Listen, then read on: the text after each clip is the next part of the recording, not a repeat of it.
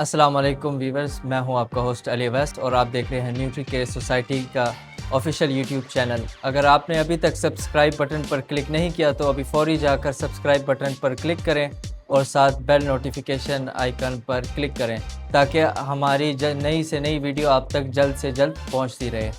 आज हमारे साथ इस सेशन में डॉक्टर सहर ने ज्वाइन किया है। अस्सलाम वालेकुम डॉक्टर सहर।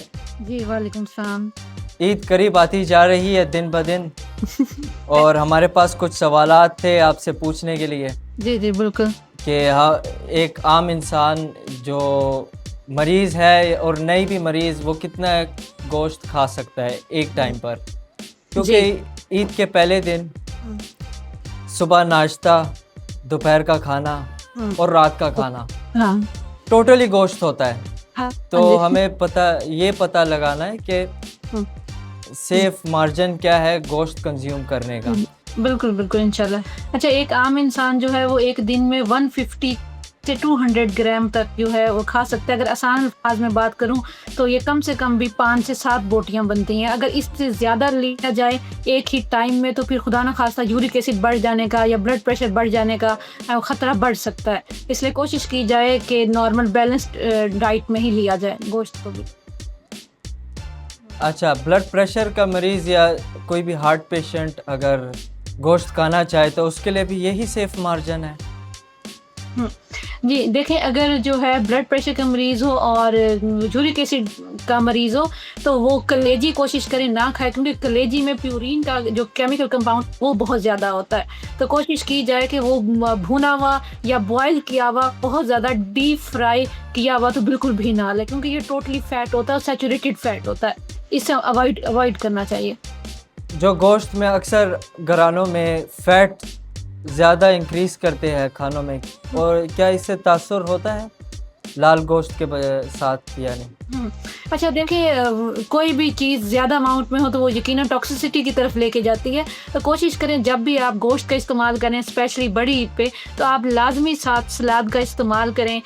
गोश्त को बनाएं इस तरह से उसमें दही का हो एलिमेंट हो लाजमी, और साथ ही साथ नींबू हो, गोश्त अच्छे से गला हुआ हो और डीप फ्राई फॉर्म में ना हो। कोशिश करें सालन की फॉर्म में ले लें, ठीक है, ताकि जो है वो तरह तरह के मसले मसाइल बचा जा सके और बेशुमार बीमारियों की तरफ इंसान ना जाए। अच्छा, तकरीबन अब आते हैं थोड़े कोल्ड ड्रिंक की तरफ। तकरीबन हर पाकिस्तानी घराने में टिक्के और कबाब के साथ 1.5 लीटर ठंडी चिल बोतल तो चलती है। क्या ये मुनासिब है कि इसको हाजमे के लिए इस्तेमाल किया जाए बोतल को या कोल्ड ड्रिंक को? जी जी बिल्कुल। देखें, इसमें कोई सच्चाई नहीं है, कोई साइंस नहीं है। जो कोला ड्रिंक्स में कार्बन डाइऑक्साइड होता है वो फौरी तौर पर गार लेके आता है, ठीक। इस वजह से थोड़ा सा इंसान अपने आप हल्का महसूस करता है, वरना इसके अंदर सिर्फ शुगर है, वो भी वाइट रिफाइंड शुगर है और जस्ट कैलोरीज है। तो इससे हमें कोई ग़िज़ायत नहीं मिल रही, कोई न्यूट्रिएंट्स, आई मीन टू से विटामिन सी, या कभी आपने किसी से सुना हो कि फ़लाँ डॉक्टर ने कहा है तुम्हें जो है किडनी का स्टोन है तो तुम ऐसा करो, कोल्ड ड्रिंक का इस्तेमाल करो, या तुम्हें मैदे का अल्सर है खुदा खास्ता तो तुम कोल्ड ड्रिंक का इस्तेमाल करो। कोल्ड ड्रिंक में बिल्कुल भी ग़िज़ायत नहीं है, सिर्फ कैलोरीज और वाइट तो इंसान के वज़न को भी बढ़ा रही होती हैं और बेशुमार मसाइल का सबब बनती हैं। इसलिए कोल्ड ड्रिंक में कोई सच्चाई नहीं है और being a health care professional हम तो बिल्कुल भी रिकमेंड नहीं करते। अच्छा, गोश्त में जब घर पे कोई भी कढ़ाई बनती है या कुछ भी बनता है तो नमक का बहुत ज़्यादा इस्तेमाल होता है।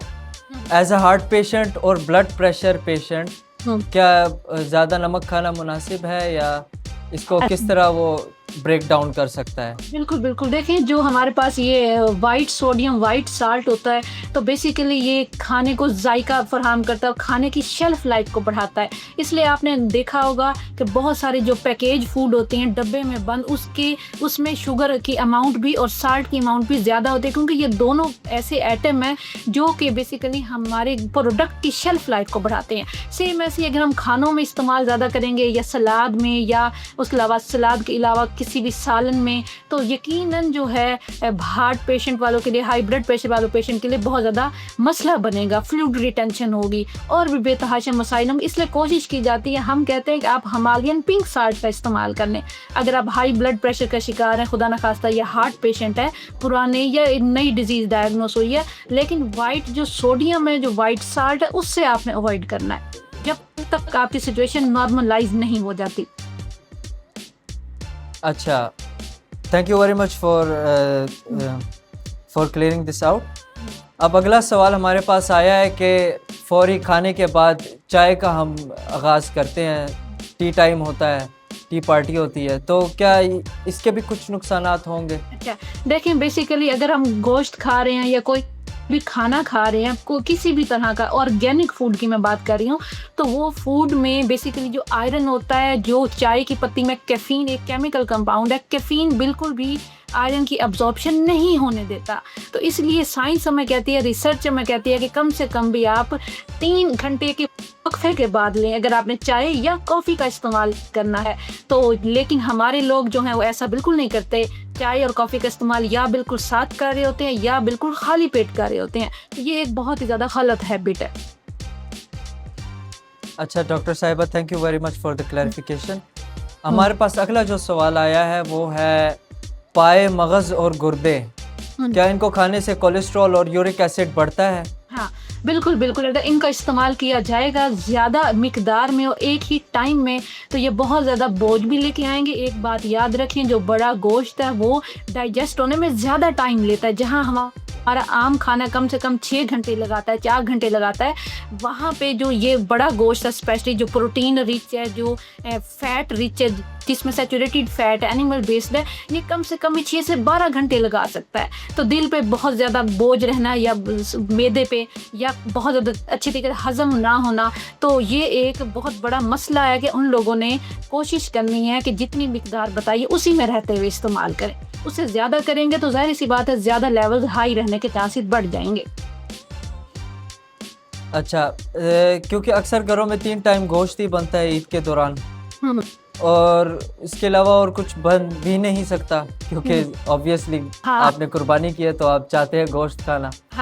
तो जो अगर कोई पेशेंट है, कोई मरीज है, वो किस तरह सेफली कंज्यूम कर सकता है गोश्त? जी देखिए, या उसका कोई यानी अलग तरीके से बनाए? बिल्कुल बिल्कुल, देखिए आप कोशिश करेंगे, आपने गोश्त से फ़ायदा ही लेना है ना, मीट है बेसिकली, रेड मीट है, ठीक है, प्रोटीन है, तो आप कोशिश करें कि सुबह नाश्ते में तो एकदम अगर आप खाली पेट खाएंगे तो दिल पे या मैदे पे बोझ रहेगा, ठीक है, क्योंकि ज़्यादा अच्छी तरीके से हज़म नहीं होता। कोशिश करें दोपहर में, शाम में ले लें, 2 टाइम ले लें। ज़रूरी नहीं है कि हर हाल में आपने सुबह से शुरू और शाम तक आपने इसी से बनी हुई प्रोडक्ट्स ही लेनी है, फूड्स ही लेनी है, ठीक है, लेकिन पानी का इस्तेमाल लाजमी करें, ज़्यादा करें ताकि अच्छी तरीके से डाइजेशन हो, और सलाद का इस्तेमाल करें ताकि जो है हमारे ब्लड में कोलेस्ट्रॉल की मिकदार ना बढ़े, क्योंकि जो फाइबर होता है सलाद में वो कोलेस्ट्रॉल की मिकदार को नहीं बढ़ाता हमारे ब्लड में। तो ये कुछ आपने जो है हेल्दी टिप्स अपनानी होंगी। फिजिकल एक्टिव रह लें, थोड़ी सी चहलकदमी कर लें, खाना खाने 10-15 मिनट के बाद blood glucose level, sugar level भी तेज़ी से बढ़ेगा नहीं। सेम ऐसे ही हार्ट पेशेंट वाले हैं या यूरिक एसिड वाले लोग हैं, तो बहुत मतलब इजी टिप्स हैं, की जा सकती हैं घर में, टोटली फ्री ऑफ कॉस्ट।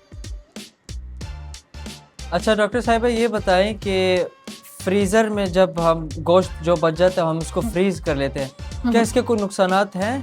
अच्छा, देखें, फ्रीज करना बुरी बात नहीं है, लेकिन पता बात क्या है, मिस्टेक लोग क्या करते हैं, लोग ना इकट्ठा ही बहुत ज़्यादा फ्रीज कर लेते हैं और फिर उसको निकालते हैं। घर में 2 अफराद है, बनाना थोड़ा सा है, पहले लो टेम्परेचर पे था, फ्रीज़र में था, उसके बाद बाहर आया, टेम्परेचर चेंज हुआ, आजकल तो वैसे ही टेम्परेचर बहुत ज़्यादा हाई है, ठीक है, गर्मियों का सीज़न है, तो जब टेम्परेचर अप्स एंड डाउन आता, जो बचा हुआ गोश्त था फिर वापस दोबारा रख दिया। पहले हमने बाहर रखा, उसके बाद बचा हुआ फिर वापस रख दिया, टेम्परेचर चेंज हुआ, तो वो वाला गोश्त जो है ना, वो इंसान को सेहत पे अच्छे असरात नहीं लेके आता, इंसान की इम्यूनिटी भी इवन के वीक करता है। तो गोश्त फ्रीज करना बुरी बात नहीं है, आप थोड़े थोड़े छोटे छोटे पैकेट्स बना के करें, जितना आप एक टाइम में इस्तेमाल कर लें, ठीक है, तो इस तरह से किया जा सकता है।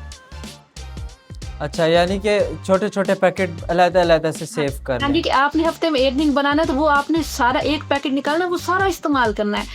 अगर आप पहले से ही जो लोग जैसे हाई टेम्परेचर पे लेके आ रहे हैं फिर बचा हुआ वापस रखा, सारी सी बात है बैक्टीरियल ग्रोथ होती है, ठीक है, वो गोश्त फिर इंसानी से बिल्कुल। खास फायदेमंद नहीं होता।